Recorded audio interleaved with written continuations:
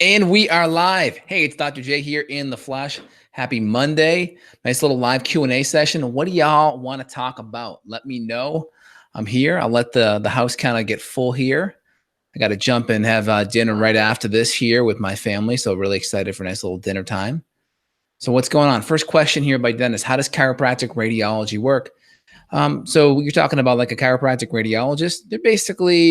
They're like a trained radiologist, not quite as much training on the medical side. They could do a lot more training, but they just are trained to look at x-rays, diagnose pathology, disease, but also they're looking at x-rays in a more functional way so they can kind of provide a chiropractic lens when they interpret an x-ray, like a subluxation or a structural imbalance that maybe, not quite in the pathological state, but will be more on a more valuable to a chiropractor to help come up with a treatment plan to help his or her patient get better.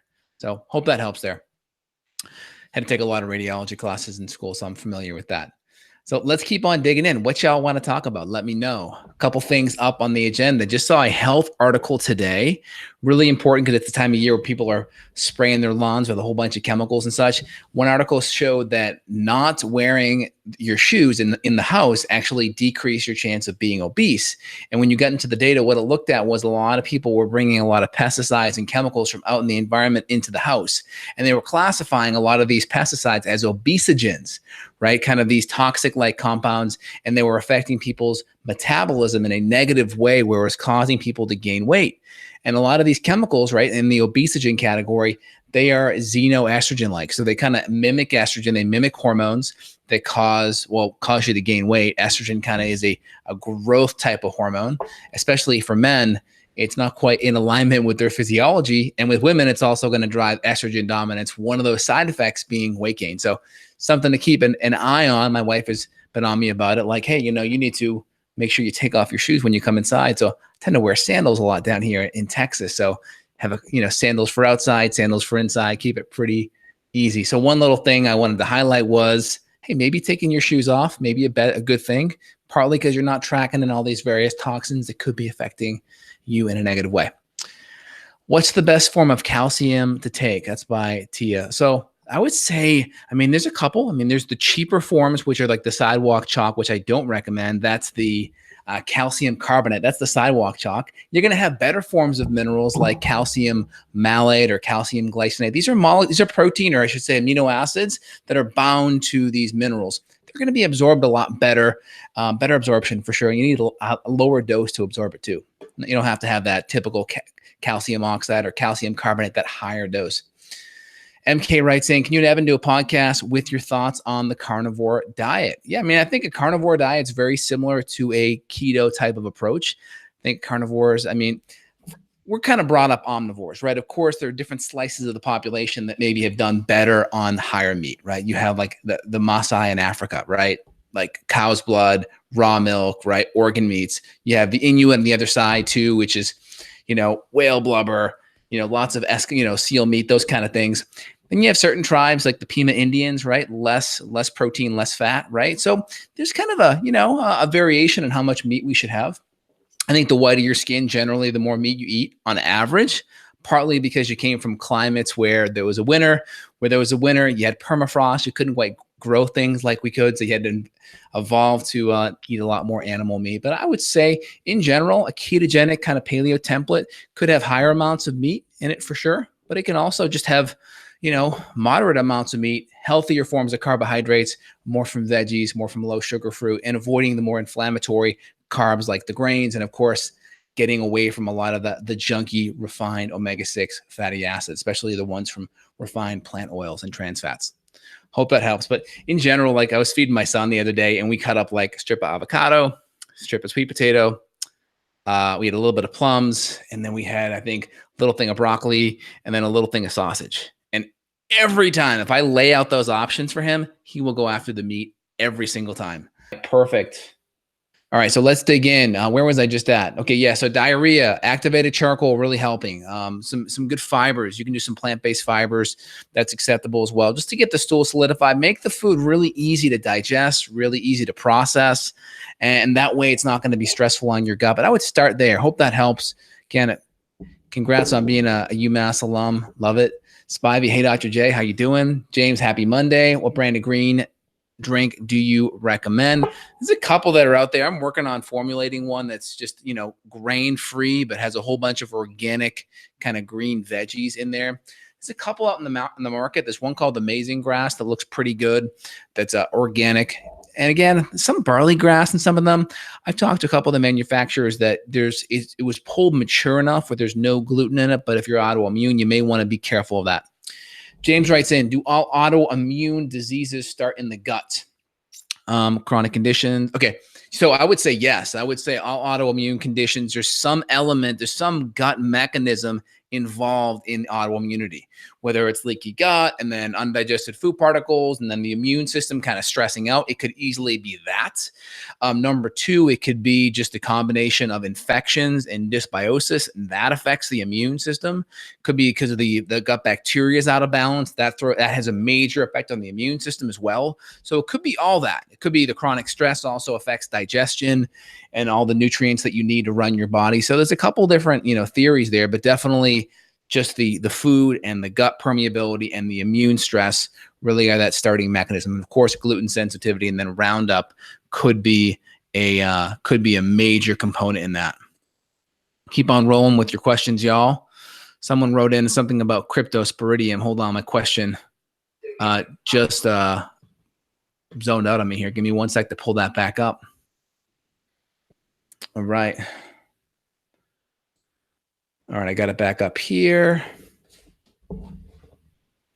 Okay, cool. Let me try to find out what that question was on cryptosporidium.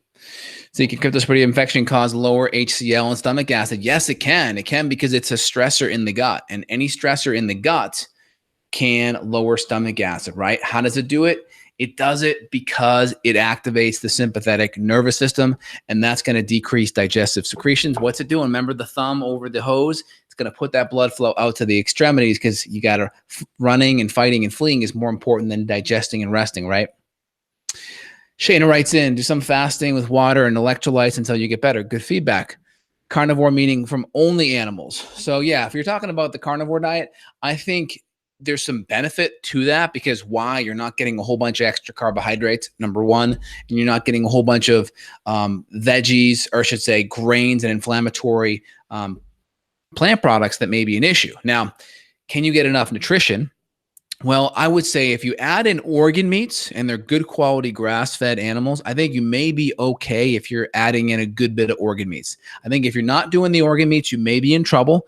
I still think there's some minerals and electrolytes and nutrients from plants that are very beneficial. A lot of these like kind of Nerf2 type of compounds, resveratrol, turmeric, curcumin, there's some powerful antioxidants there.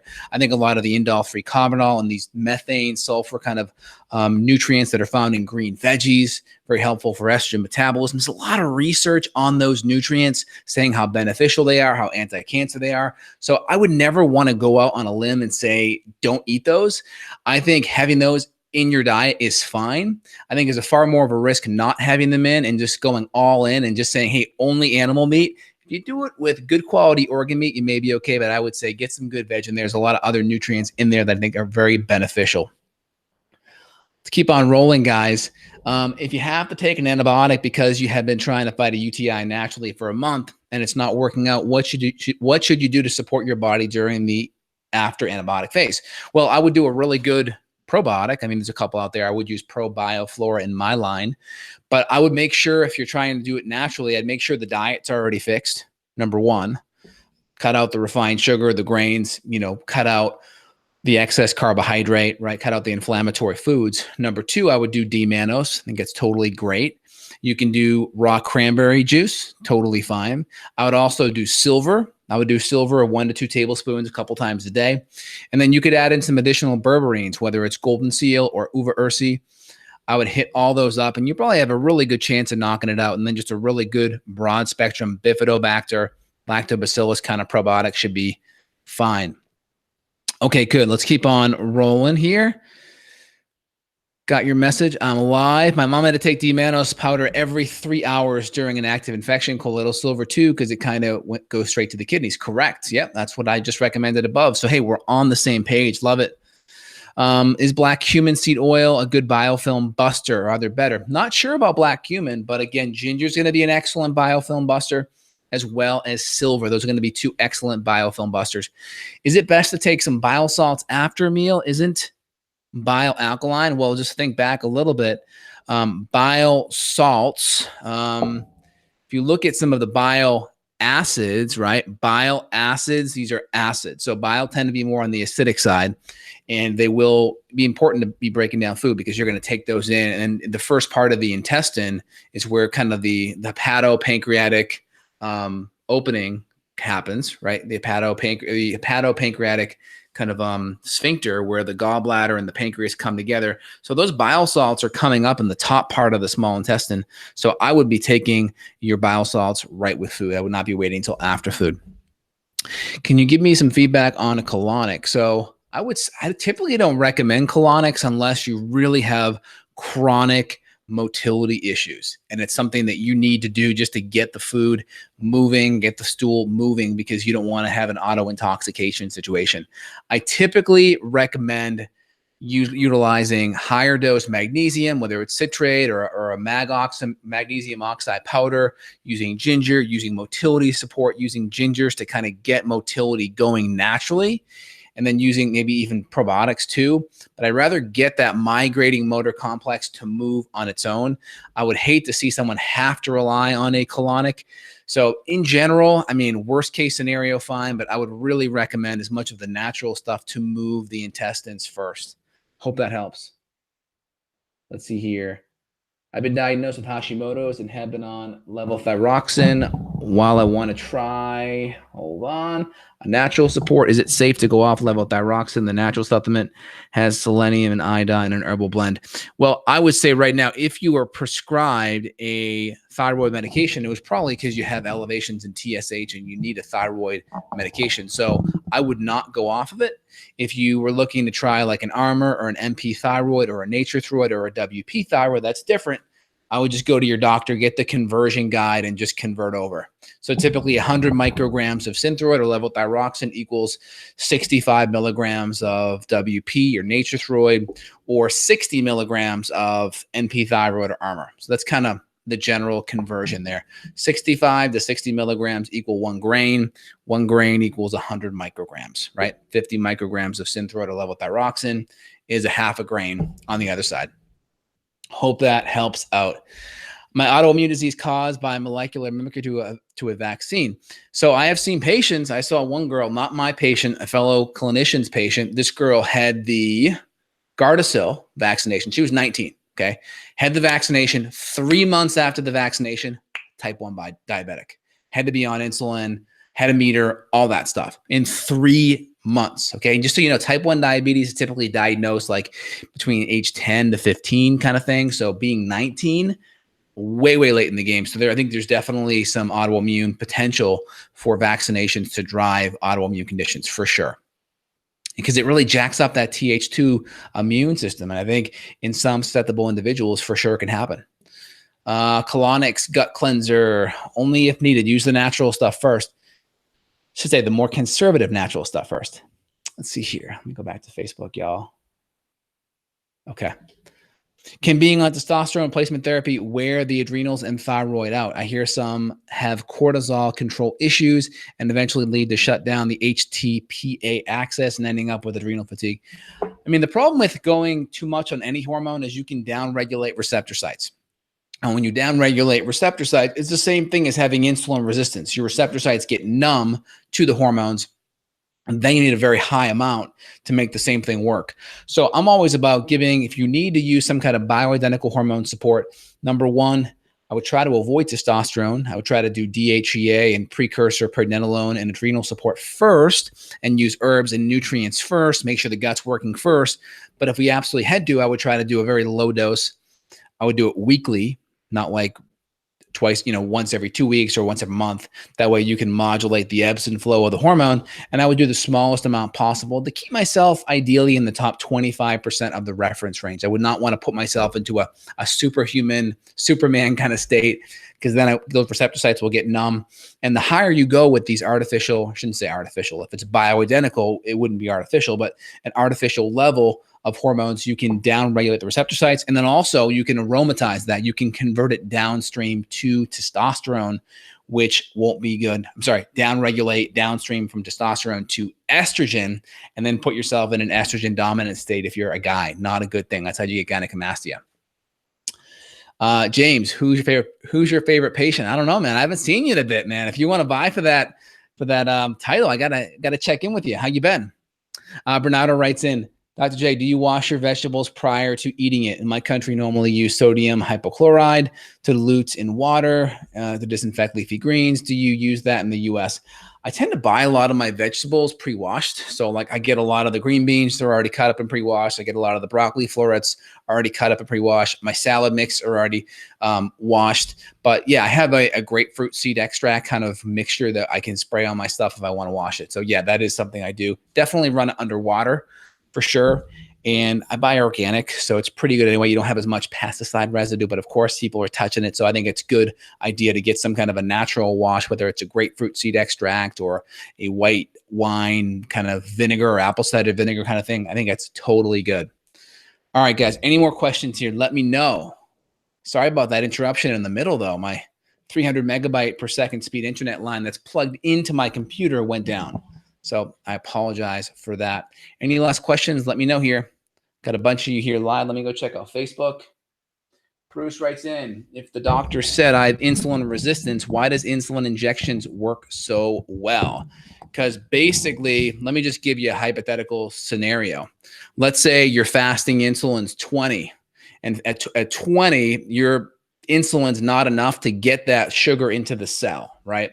But let's say if you bump it up to 30, you have enough insulin there to overcome the resistance, right? The problem is if you don't change your diet, what you're going to find is over time that insulin dosage will have to go up and up and up. That's the problem with insulin resistance. If you're just using insulin, is eventually you have to raise that up. And if you continue to increase insulin, you're going to gain weight. If not weight, you're going to drive more inflammation and your potential more cell growth, because Google insulin and any disease, or type in hyperinsulinism, right? That's high amount of insulin, hyperinsulinism, and pick your disease, and you'll find a massive correlation between high levels of insulin and any condition. So you really want to be careful. Part of the benefits of being kind of on a lower carb paleo template or even a keto template is you allow the insulin your body makes to go the farthest for you. So we keep that insulin so low where it goes the farthest for you. And then part of the benefits are you start burning more fat. And then if you look at lower insulin, you decrease your chance of all kinds of other inflammatory diseases too. Okay. What's Mrs. Dr. J making for dinner tonight? Let me think. What do we have for dinner tonight? I think we have salmon cakes. We have salmon cakes and we have some veggies. My wife over the weekend made some pizza. We had cauliflower crusted pizza. We used almond cheese as well. That was phenomenal. And I got my Instacarts dropping off some of my ginger kombuchas in like 10 minutes. So you may see them pull up here. They also got my Topo Chico and then my green juice that I love to drink once a day. Great question, James. Love the personal ones. How to support adrenals when adaptogens and glandulars are too stimulating? It depends, right? Like in my line, I think it's over here. Like I'm a big fan of ashwagandha, just pure ashwagandha by itself if you're feeling overstimulated, because that can be a good down regulator. So ashwagandha is good for down regulating. Of course, GABA, liposomal GABA is excellent for relaxation and kind of down regulating. Holy basil is also great as well. And then you can also do magnesium during the day, and you can even do phosphorylated serine. So if things like ginseng or licorice or rhodiola or eleuthero are too stimulating, I tend to go to those. That tends to be super helpful. There's other like kind of soothing herbs. Those are just a couple that I like the most. And of course, just making sure you're eating every 4 or 5 hours, making sure you have good proteins and fats, and you're not on a blood sugar roller coaster ride helps. You can always do some tapping. You can always tap it out. All right. And then breathing. So really focus on nasal breathing. That gets the parasympathetic part of the nervous system activated, which really relaxes you. So big nasal breaths. Make sure you're breathing through the belly, not through the chest. No mouth breathing. Super helpful. Let's see here. Let me roll on to Facebook again. Ashley writes in, can you share a recipe for the cauliflower crust and almond cheese your wife makes? Yeah, I can definitely reach out for that as well. I found a company too, because that stuff's a pain in the ass to make. All right. It took a while. We found a company that makes cauliflower crust already, and we may be just ordering from them and then just add like, our almond cheese and like tomato sauce and like our meat. So we may be doing that in the future. So I will reach out to her and see if I can put that on Instagram. Great question, Ashley. Also, how minerals and heavy metals relate to anxiety. Good question. I'll come back to that. All right, cool. So regarding hair mineral analysis, hair mineral analysis is good. The problem with hair mineral analysis is the food you eat has to go through your digestion and then it eventually gets to the hair. So if you have a digestive issue, right, that's automatically going to throw off what you're assessing from the hair. So I think the gut's better and more important to look at because that's higher up in the stream, in the health stream. Hair is kind of downstream. So I always want to look at the gut because if there's any nutrient or malabsorption there, of course, the hair will be affected. So it's less of an upstream indicator. Hope that makes sense. And regarding anxiety, I mean, these minerals or these heavy metals could create a stress response, right? I mean, your body is going to respond in a negative way to toxins like mercury and lead. So, of course, I would see it just activating that sympathetic nervous system. Make sense? Okay, let me keep on rolling here, guys. Tyler writes in, my naturopath's against using amino acids because they are synthetic, but I had a urine amino acid test and was extremely low in pretty much all of them. What can I do? I think the free form amino acids are totally fine. Some of the ones that I use, they extract them from human hair, and I think they're great. It's really easy to absorb. I think it's totally fine, not a problem. Again, you're not taking it by itself. You're taking it with food, but you're also using it to kind of give your tummy a break too, right? What's the normal fasting insulin level? Mr. Joey writes in, I would say a fasting insulin in the morning, let's say between 2 and 5 is ideal. You're welcome, Michelle. Dank writes in, how to tell if cortisol is too high or too low.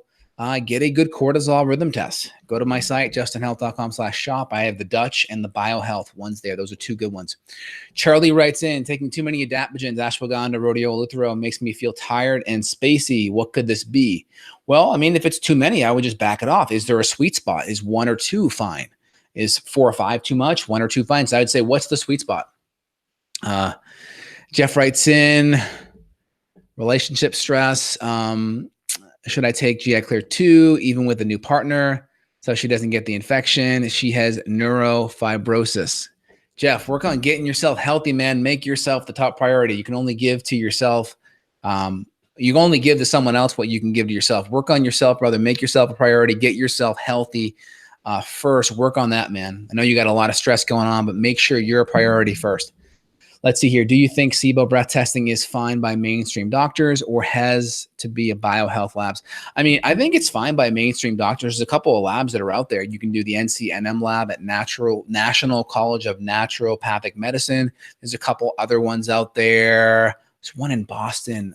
What's it called? Not Cambridge Labs. It'll come to me, but it's a Boston lab company. I think they're fine. I mean, again, Quintron is kind of the test, is like the gold standard, the Quintron. I think it's the machine they use. So as long as it's a Quintron test, you're probably good. BioHealth is great. I like ones that go 3 hours, kind of gives you a little bit more of a window of what's going on there. Spivey writes in, I can't do magnesium during the day. It makes me fall asleep. That's why I take it before bed. Perfect. I think it's great. Listen to yourself. If magnesium makes you relaxed, dial it in at night. Smart.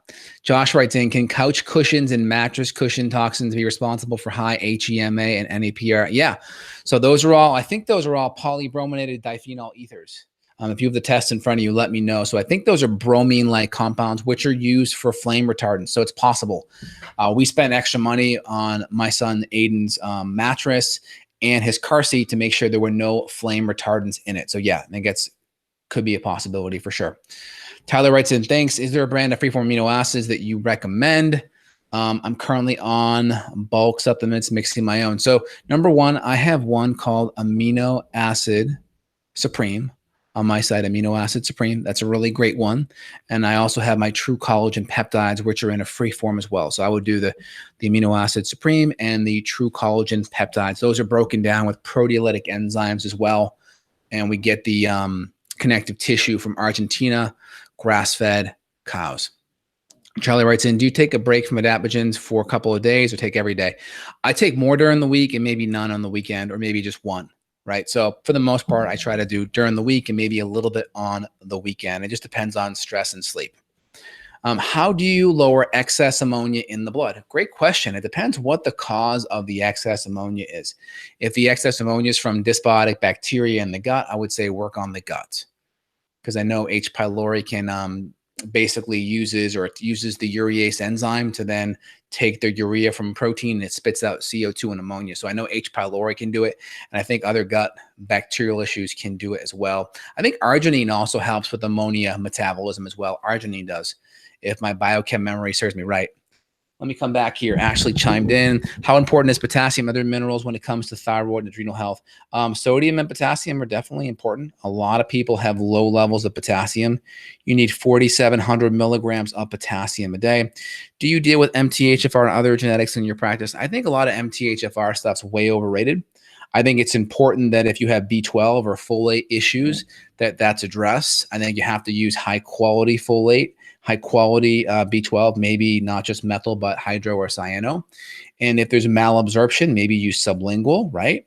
And then also fix the gut. Fixing the gut, super important. But people that do have MTHFR issues will separate the B vitamins. We'll do like a B minus, a Seeking Help B minus, and then we'll add in the B12 separate, and we'll add in the folate separate. So I just think a lot of MTHFR people are, I just think they're really sensitive in general, and they tend to cling to the MTHFR info because it's really nuanced. But I think you have to go back to the foundation stuff. All right. Not saying it's not true. I'm just saying there's just other foundational things you can't ignore. Okay, I think I answered your question there. Thomas writes in, if you are in optimal health, can using excess probiotics make you feel ill? If you have a probiotic intolerance, I mean, if you take too many, for sure. If you have SIBO or bacterial overgrowth, yeah, it can definitely create some issues, right? Can high parietal cell antibodies be reversed? If not, what can one do to help the situation to whatever extent possible? So the parietal cells are the cells in the stomach that also produce hydrochloric acid and intrinsic factor for B12. So I would go on an autoimmune template and work on fixing whatever infections are in the gut. I hope that helps. Tyler, check out a good whey protein. Well, I would just say be careful with whey, because if you are sensitive or have gut issues, there is a little bit of casein and lactose in there. So I always tend to utilize whey only if someone's, stable, right? So I would recommend like a more hypoallergenic protein just to be on the safe side, right? Whey is a great quality protein, but there could be some, not autoimmunity, but like allergenicity issues. Okay, here. What kind of magnesium is good for a diabetic person? How much? I would say supplementally, you can do 300 to 400 milligrams of mag glycinate or malate a day is fine. Totally fine. Ammonia can also be from dirty CBS gene, where ammonia is not converted well in the liver to urea. Yep, totally makes sense. Charlie, what could be the cause for consistently waking up in the middle of the night? Stress isn't high, nothing in bladder. I would say blood sugar potentially. Have a little mini meal before bed, maybe a spoonful of coconut oil, a teaspoon of honey, see how you do. Put a collagen bar or a little mini shake by your bedside, see if that helps. Could be a blood sugar issue, could be dropping at night. I have sky high ferritin, says Spivey. I've heard to keep away from the beach. Something reacts with the super high iron in my system and can kill you. That is from shellfish. I'm not sure. How are your other iron markers? How is your iron saturation? How are your binding proteins like TIBC and UIBC? Are those proteins really, really low, which would mean that your iron's really high? What's happening there? Ferritin can go up because of C-reactive protein. So inflammation could easily jack the ferritin up too. So is the inflammation under control? Tyler writes in, I take a lot of pea protein. Pea protein's good. I have one in my line called True Pea protein. I think True Pea protein, or pea protein in general, is good. Just make sure it's GMO free. I finally identified almonds as the main cause of a rash on the hand. Elimination protocol. Any food sensitivity tests you approve of? MRT is a good one. ELISA Act is a good one too. And the Cyrex ones are also good too. Charlie writes in, I've been on your adrenal boost and preg and DHEA for 3 years. Is this dangerous? I wouldn't be on that long, Charlie. I would look at phasing off of it, and ideally you have the adrenal supported. Now, you can always go back on like the preg and DHEA acutely if some stress comes up, And then the adrenal glandulars, you can go on that acutely, or if you have stressful days for sure. But I'd rather make sure like sleep, food, right? Adaptogens, I'm fine with longer term. Nutrients, I'm fine with longer term. And then if you need to use some of the amino acids or even the glandulars, I'm fine. Just make sure the foundation is in check. It's really easy to forget about that and use some of these glandulars like drugs. But again, the nice thing is, glandulars have been used for a long time, right? If we're using good glandulars, we're at least getting some nutrients in there, and we're making sure that we have a good diet and lifestyle in place. Supplements are meant to supplement a good, healthy diet and lifestyle, not replace it. So I always stress that. And then Michelle writes in, I can't do pea because of lectins. Legumes don't agree with me. Yeah, so I would do true collagen peptides, and or free form amino acids. That would be the best call there. Let me just reach over here to Facebook real quick. Thomas writes in, thank you for doing what you're doing on these Q&As. I can still tell you really care about people by providing your knowledge to us all. It means a lot. You're totally welcome, Thomas. Love going right to the source. I love it. I appreciate it that you guys appreciate it. Josh writes in, can you chime in on the difference between normal GERD and silent reflux and why HCl helps the former but not the latter? It seems to be a far more difficult problem.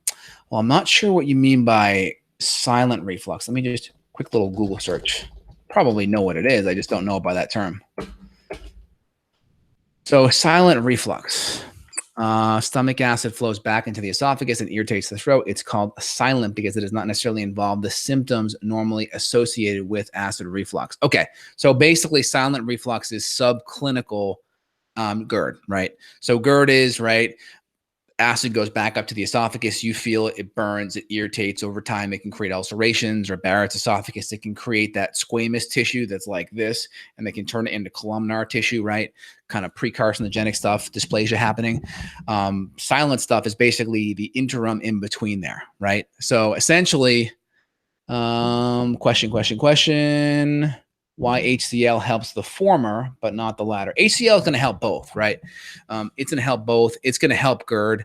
Again, the difference is the silent reflux, you're not going to know it's there because there's no symptoms, right? So a lot of people are only going to be relying on an intervention when there are symptoms. So if you have symptoms, I've seen time and time again that HCl helps. The only, I would say, X factor is if there's significant atrophic gastritis and the gut mucosa is really thin, the HCl may be like getting a massage when you have a sunburn. It's just a little too much. Then we would just focus on enzymes and maybe a little bit of bitters instead in the meantime. So I think just more people are going to be prone to grab HCl when they actually have the issue than not. I've seen time and time again people benefit with HCl. Part of the reason why is a lot of the acid reflux is from the indigestion of the food in the stomach, the protein, the fat in the stomach to begin with, and the rotting and the organic acids that rise up from the indigestion of those foods is what drives a lot of that gastric irritation to begin with. So if you break it down better, the acidity also kind of basically triggers that cardiac sphincter, that esophageal sphincter that goes from the top part of your stomach into the esophagus. It tightens it up, and when it's tightened, the acids are less likely to protrude upwards into the esophagus too. Hope that helps. What do you suggest to eat if you have H. pylori and gastritis? I would probably move to more autoimmune paleo GAPS type of crock pot or liquid type of diet. Charlie, thanks a lot. Subscribers are going up. I appreciate it. If you guys are listening, give me a subscribe, give me a share, or you can support us on the store if that's your thing too. We appreciate it. My goal is to really change the world and get people to be healthier. Everyone knows dealing with a healthier, balanced individual as a parent, a mom, a dad, in your professional job or at home, you're better at everything you do when you're healthier. So I hope that helps. Is there a cure for neurofibrosis? Neurofibrosis. I think that's when you have the cafe, what are the cafe au lait spots, the Coast of California cafe au lait spots. There's an autoimmune component with that, I'm pretty sure. So I would work on the autoimmune template. Man, that hearing that condition brings me back to my Part 4 board exams. Oof, Lots of study in there. All right. Laryngeal reflex for the voice. Yeah. So laryngeal reflex is going to be the reflux basically affects the larynx. I think it has to go up a little bit higher to get to the larynx, right? HCL does not help with my experience. Okay. So laryngeal reflex versus silent reflex then. Okay. So I would say you have to fix the indigestion of the food. So, I mean, the irritation may be so much where putting hydrochloric acid in there is just too much for your system. So I'd work on the enzymes, maybe some bitters, work on the digestion, cook your food in a way with a crock pot or a Instapot to pre-digest it. That way there's less stress on your body, and you may have infections, you may have SIBO, so you may have to go to that next step. All right.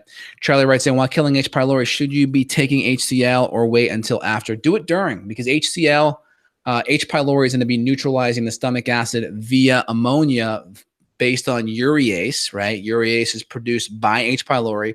It hits the urea, which is part of protein metabolism, spits off ammonia, spits off CO2. Ammonia's got a pH of 11, so that will raise your stomach acid, right? pH in the stomach is normally 2 to 3. You throw some 11 in there, it's going to gently raise it up and make it harder for you to digest and break down food. So HCl, if you can, definitely enzymes, and chew your food well. Use cooking methods like the Instapot or the crock pot to break it down. Lastly, what's your opinion on this? What's your opinion on endoscopy?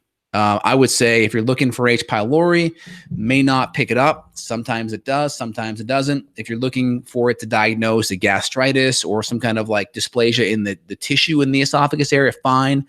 But a stool test will be more comprehensive because it can pick up more stuff. How long have you been water skiing? 5 years. 5 years. Love my water skiing. Wasn't able to go yesterday. It was thunder and lightning when I got up at 8 a.m. So rats. Fingers crossed for next week, though. All right, y'all. Phenomenal chatting with you. Facebook, take care. I'll be back sometime this week. I may surprise you on a Wednesday or Thursday, so you got to be on your toes. All right, guys. You take care. Have a phenomenal day. Thanks.